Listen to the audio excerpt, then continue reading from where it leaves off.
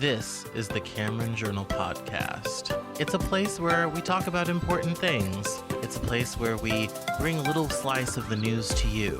It's a place where we do important things, have important conversations. It's also things that I like to talk about. My name is Cameron Cowan, and this is the Cameron Journal Podcast.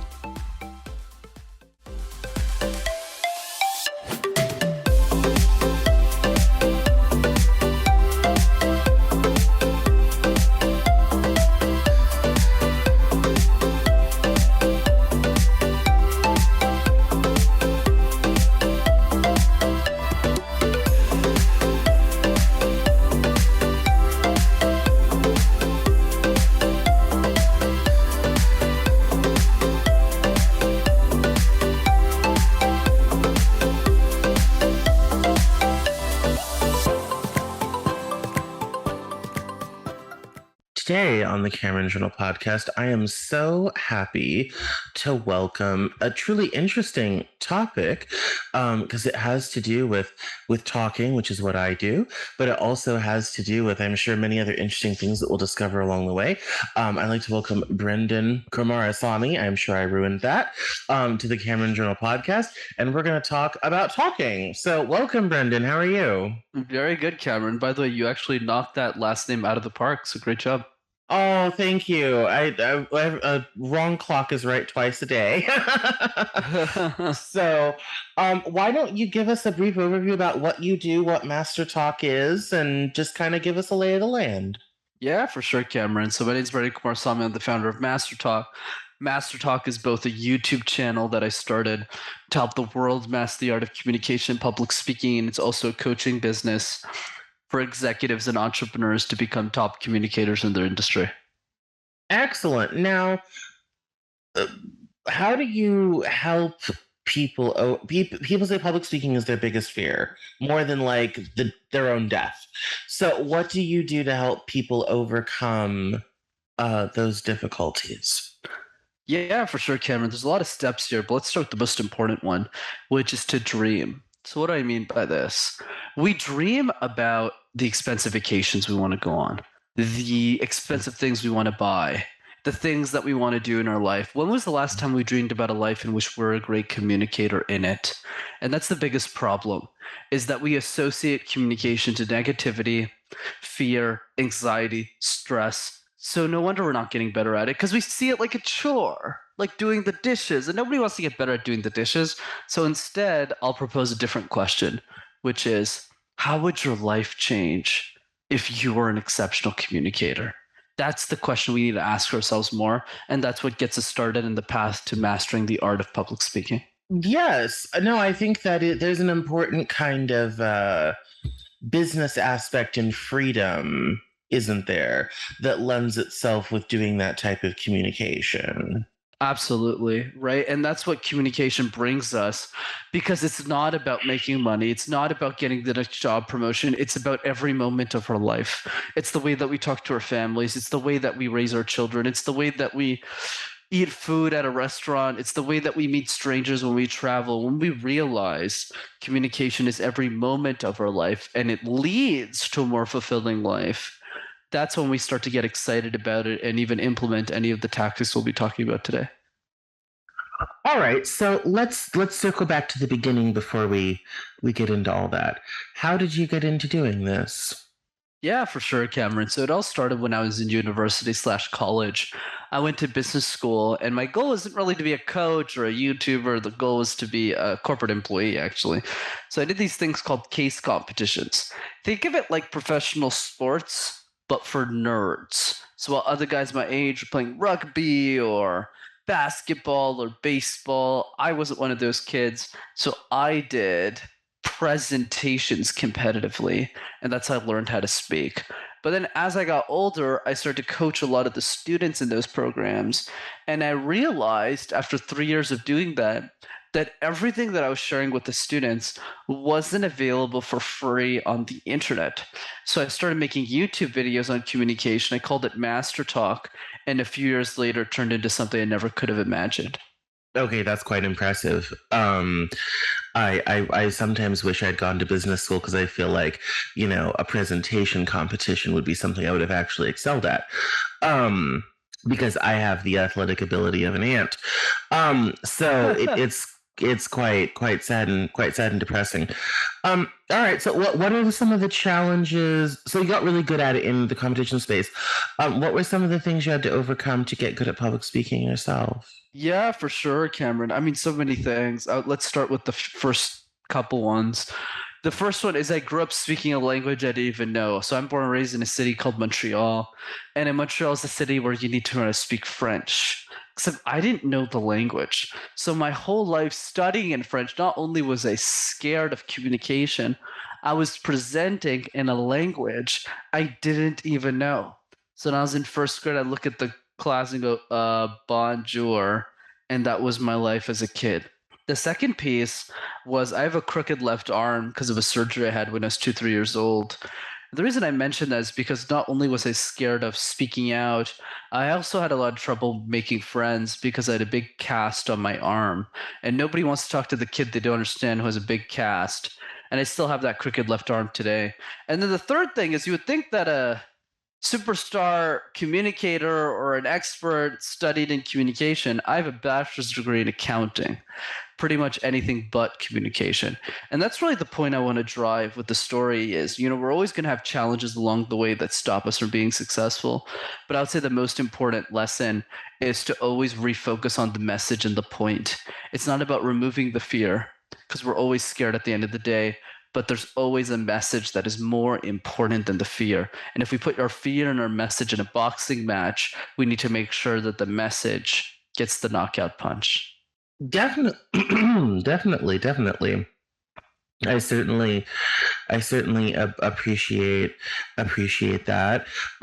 You have some high flying clients.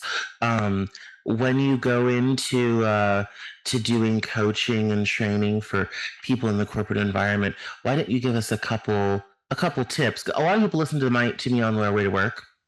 I've always tell people the length of the podcast is either two short commutes or one long commute. So if someone's driving in the car right now to work and maybe they have some public speaking to do later today, what are a couple things they can implement today that will improve their presentation? Absolutely, Cameron. I call this my easy threes. Communication like juggling 18 balls at the same time. One of them is eye contact, one of them is smiling, one of them is filler words, and it can get really confusing. So for me, it's all about what are the three first balls that we need to juggle. The first one is called the random word exercise.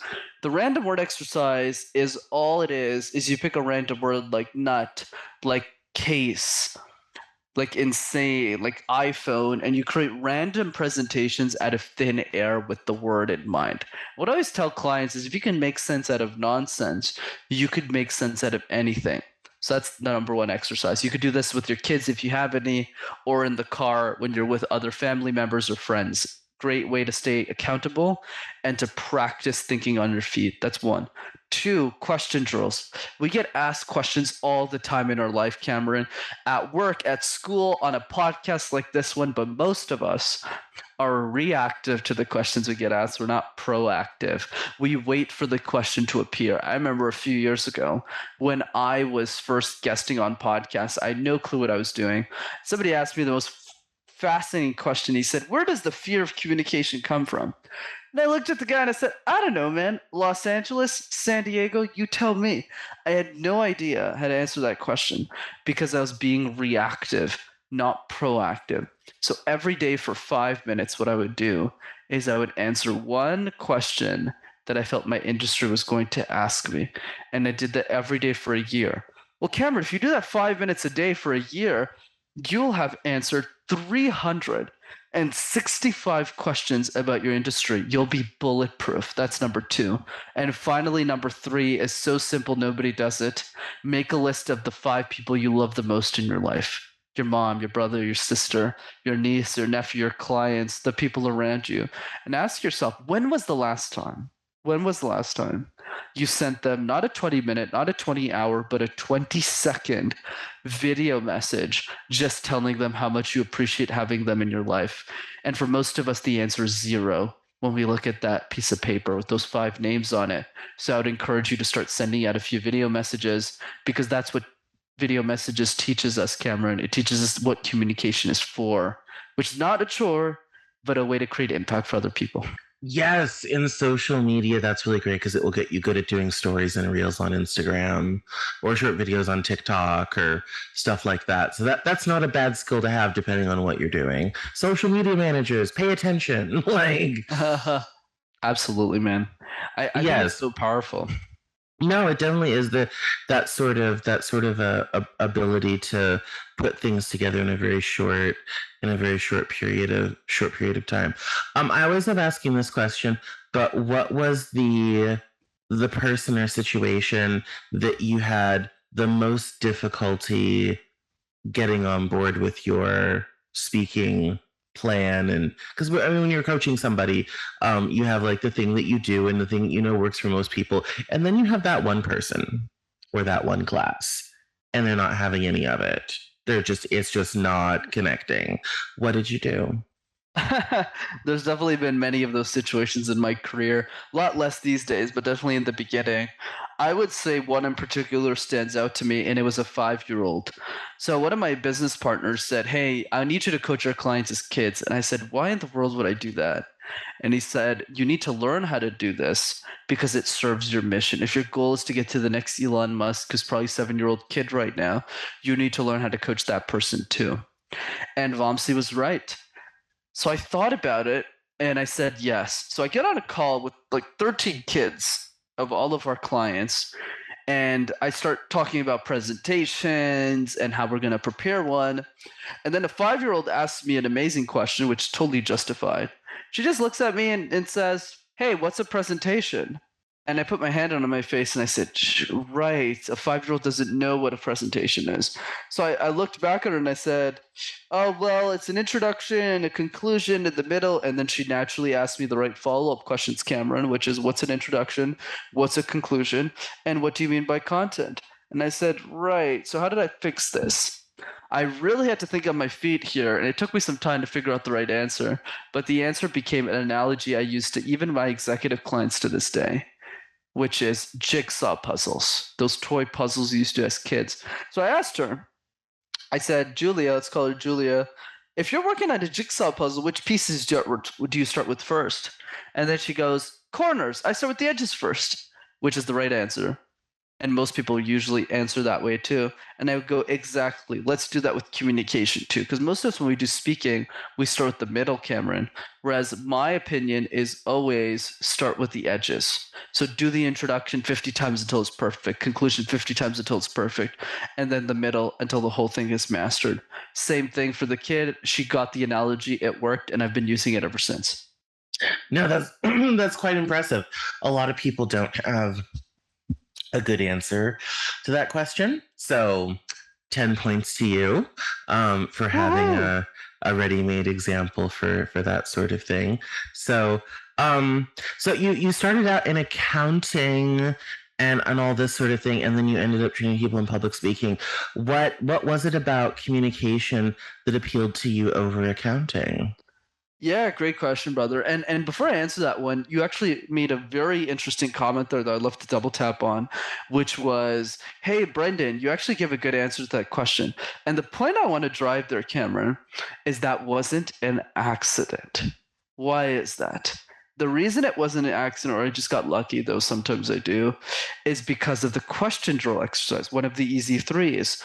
I've been asked so many questions about communication that when you do that exercise 700, 800 times, eventually you have an answer for everything.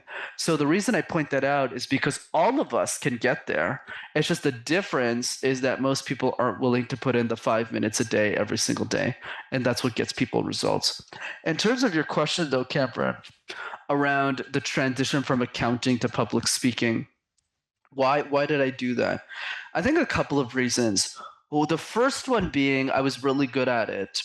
The second one was it brought me a lot of joy and happiness because I was transforming people's lives long before I even knew you could build a business or make a living doing this. It's just something that I would have done for free anyways, because I'd done it for free for 3 out of 7 the years that I've 7 of the years that I've been coaching as of this recording. So it was just super fun for me. And the third piece is it created a unique identity for my life. I don't know many people who've coached hundreds of students on communication and are only 26 years old. There's something special about communication. I guess that the innate gift that I had for it that really pulled me towards it. And I always believe that there's a lot of things that we could do in life, but there's usually one or two things that only we can do in the whole world, that only we're meant to do, that we're destined to do. And I feel that I'm very lucky in that way that I found what that is very early in life. So even if I had an amazing accounting degree, I had a job at one of the top accounting firms in the world, I'd worked at IBM for a few years, I decided to give up that six-figure corporate salary to pursue this because my destiny really pushed me to do that. And of course, it's a lot more fun for me too. It's kind of funny that you say that because infrequently when I have these conversations and I go to different conferences and hear people speak and all this type of thing. They always speak in this sort of very broad terminology, like destiny and purpose and mission and all this type of thing. And speaking as someone who's never had any concept of that, why do you think that is? What makes that special, sort of placement of destiny special and real for you? Yeah, for sure, man. And fair point, by the way. You're right. A lot of people talk in that way, and I'm definitely not an exception to the rule. And take it for someone who's been on both sides of the aisle. When I was 19 and 20, I didn't really have a purpose. There wasn't really a point. My goal is super simple: retire my mom, make a shit ton of money as an executive. That's why I did case competitions in the first place. But I think what the most valuable lesson I've learned in my 20s, Cameron, to make this a little bit more realistic for people, is that time is way more valuable than money. I always thought money was the most valuable asset on earth, but it turns out that it was time. Because even if you're a billionaire and you're in your 50s, you can't spend your money and go back to your 20s. And I think that's very profound if you think about it.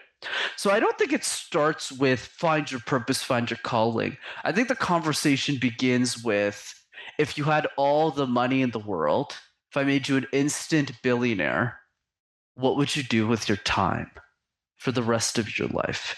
Because most of us don't have a good answer to that question. We might say, I don't know, I might travel. Then I go, well, for how long? Are you going to travel for 10, 15 years and then die? What else are you going to do with your life? And I think for me, what's really helped me in life, Cameron, is a quote by Tony Robbins that I'll kind of simplify. But the quote is, the quality of your life is solely determined by the quality of the questions that you ask yourself about life. My version of Tony's work is I dare you to ask a hard question about life every day for a month, because if you did, you'll never be the same ever again. And I just did that a lot. And I just got to a point in my life where, yeah, I was doing well financially, but I felt there was more. So I just went to search for it, and I made a lot of mistakes along the way. And eventually I found it. So what's the advice? I think the advice at the end of the day is you need to make your purpose your priority if that's something that you desire. In the same way other people desire, spending time with their family, doing something valuable with my life was my number one priority. So I found it. But the other piece is don't just sit there and do nothing. Take action, which means you need to favor decisions over passions. For without decisions, you can never get to what you're actually meant to do in life. So that's my hopefully pragmatic approach to your question. No. I appreciate that. It means something different to everyone, and everybody has their own kind of sense of that. Like I said, I just think it's interesting. People always talk in that term, so it's interesting when you have this opportunity to ask someone, is that really a thing or is it just something you say? I'm that guy. That's what I do. I kind of drill down and be kind of like, let's visit this a few minutes more. So, yes, that is an excellent thought, an excellent idea. And like I said, I always ask that because again, I never had a sense of any of that sort of thing. If I had no money for the rest of my life, I think I would sleep for 2 years and then decide what to do after that. But Why 2 years? well, you have to understand, I have been working in the creative industries and the performing arts since 2005 when I was 17. Wow. I was a state legislative aide for a state senator when I was 17 as well. I had my own paper route. And then I did my bachelor's and my master's together in 4.5 years. So I got my master's when I was 23. So I've lived a very crazy, very busy life. I started the Cameron Journal in 2014. And I had another publication that I started around that same time that was doing fine before the pandemic. And then I wrote 3 books and all this type of thing. So I'm tired. I'm 34. I'm tired. When you get here in 8 years' time, you might find the answer to be a little less funny. And because I'm just kind of tired and wore out. So I would sleep for 2 years and then decide what to do with the rest of my life. Because it's time for a nap for a while. Like, You're a fascinating guy, Cameron. yeah, so that this is what happens at the speed of life when you start super young and you're really working on stuff. I think that's the same thing with like professional athletes and everything. Like people talk about like, oh yeah, the first thing I want to do is just like hang out. Like yeah, like a lot of people spend their 20s, they're like, oh, they're going to this party, that party, hanging out, blah blah blah. I ran my first magazine when I was 21 years old. I had a staff of 15. Every single one of them was older than I was. Some of them were as old as my parents. In fact, I briefly hired my mother because I was so desperate for help. Um, and so yeah, so I mean it's something where it's like, well, everyone else was just like hanging out and sleeping in and all this type of thing. I was going to grad school plus running a publication, then broke away to do another publication, was producing theater, was sometimes an actor, all this type of thing. Like, I would be busy from, new morning, noon, and night. So, it's time for a nap.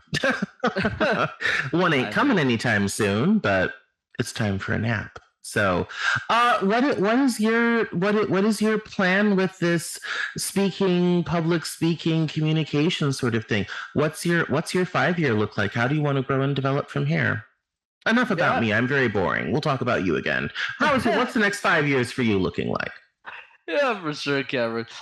I don't think you're boring at all, but I would say for me, the next 5 years, my ultimate goal in life is I think the next Elon Musk is a 7-year-old girl who can't afford me. That's the end game for me.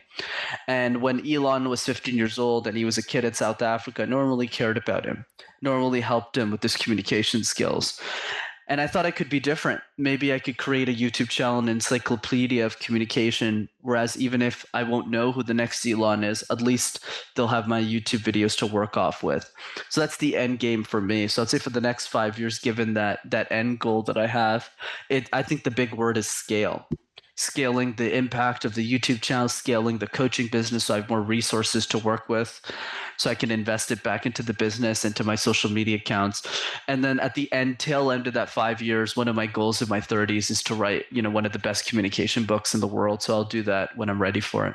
That's very ambitious. That's very ambitious and quite impressive. I do kind of like that image of like a young person who has something important to say and doesn't know a way to get it out. I was that kid. People know this about me. I'm autistic, and when I was a kid, I was very good at ironically talking but not writing, which is funny because that's what I do now. And I was definitely struggling on how to take all the stuff bumping around in my head and tell it to people in a way that would be interesting and exciting and compelling. And we did not have YouTube back then. This is like 2001 when I'm having this conversation and all this type of thing. So I bought a book, very old book called How to Win Friends and Influence People. Right, Dale Carnegie. Yeah, when I was 13 years old, and I started reading. I would go to the library and I would read all these books on these sorts of things, and then I would try stuff out and test stuff on people, and after trial and error and practice and failure and all this type of thing, I eventually got much better at it. And then I got into broadcasting and all that sort of thing, so that sped things along. But yeah, I think that's a compelling image, but that's the magic of now. We have YouTube where someone like you can provide something for that young person. You're absolutely right, Cameron, and thanks for sharing that story. They don't have to read my boring book at the library. They can watch you. They can watch you. I think that's what I'm super excited about. And a lot of this is serendipity too, where I was just born in the right time period of history. You know, when Dale Carnegie was alive, I'm sure he would have done the same thing as I'm doing right now if he was alive in this era. But because he wasn't, the only way he could create content that lived forever, unfortunately, the only medium at the time was books. He doesn't even have a documentary. I don't even think there's a speech of Dale Carnegie available somewhere where you can hear him talk. So it's unfortunate you don't get the podcast appearance either. Whereas I just, was born in the right place at the right time, gained a ridiculous amount of communication knowledge at a super young age, and I have my whole life to do what Dale Carnegie would have done in his lifetime, and I think that's really exciting for sure. Yeah. No, I think Talking Motion Pictures, he had died by the time Talking Motion Pictures came in. Talkies didn't come in till 1928, and Dale Carnegie had died by that time. So I don't think there's any original footage of him with sound available. So certainly the book was the best thing. But how compelling it must have been for those at the time who went and saw him in person, and all that type of thing. And maybe someday someone will find some old wax records of his that somebody surreptitiously recorded at a public appearance or something. So You never know. yeah. When it comes to media environment and communication and all this type of thing, we're in a bit of flux right now. Where we've got social media and all this type of thing. We're trying to move into Web3. I went to a conference on Web3. Everyone was very confused about it. Where do you think we're going in terms of our digital communication, which has seemingly taken over our lives?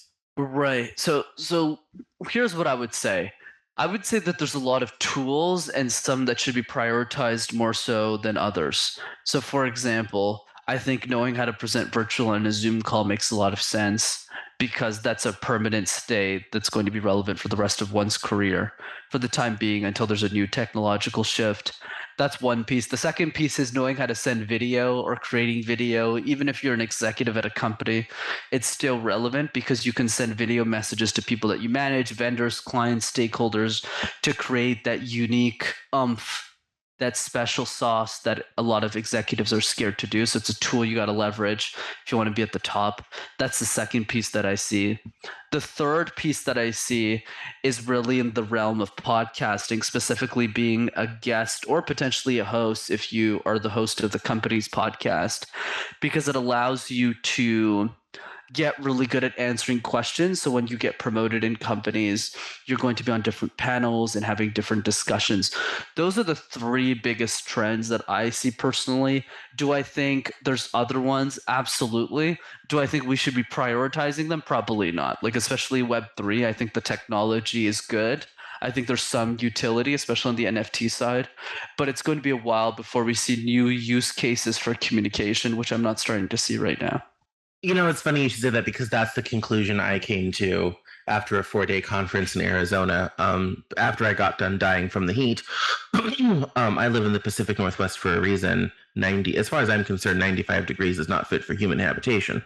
But I told people, I said, the Web3 right now feels very much like Facebook 2007. It's a great thing. People are using it. We don't know what to do with it yet. Correct.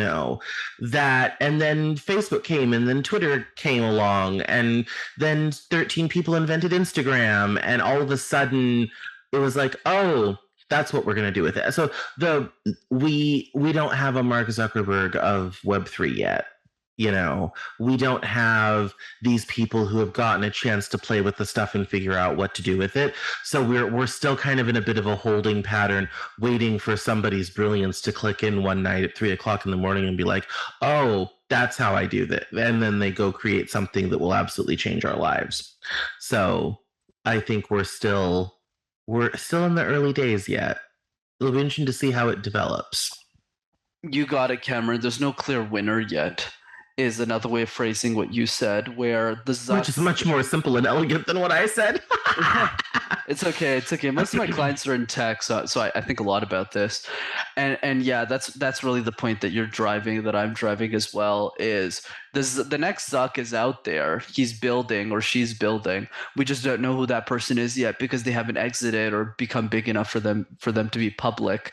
But yeah, it's definitely coming for sure. Yeah, definitely, definitely. Well, this has been a fascinating conversation on communication, talking about talking, as I said in the intro. Um, yes, why don't you tell our listeners where we can find you online and how they can connect with you? Absolutely, Kevin. This is a great conversation. Thanks for having me. I would say two quick ways to keep in touch. The first one, definitely the YouTube channel, type Master Talk in one word, and you'll have access to hundreds of free videos on how to communicate ideas effectively. And the second way to keep in touch is I do a free training over Zoom every 3 weeks. That's live, that's interactive, that's fun. It's not some boring webinar. I'm on the call and I facilitate it. So if you want to join it, go to rockstarcommunicator.com. Excellent. Thank you so much for coming on the Cameron Journal podcast. Of course, my pleasure, Cameron. Thanks for having me.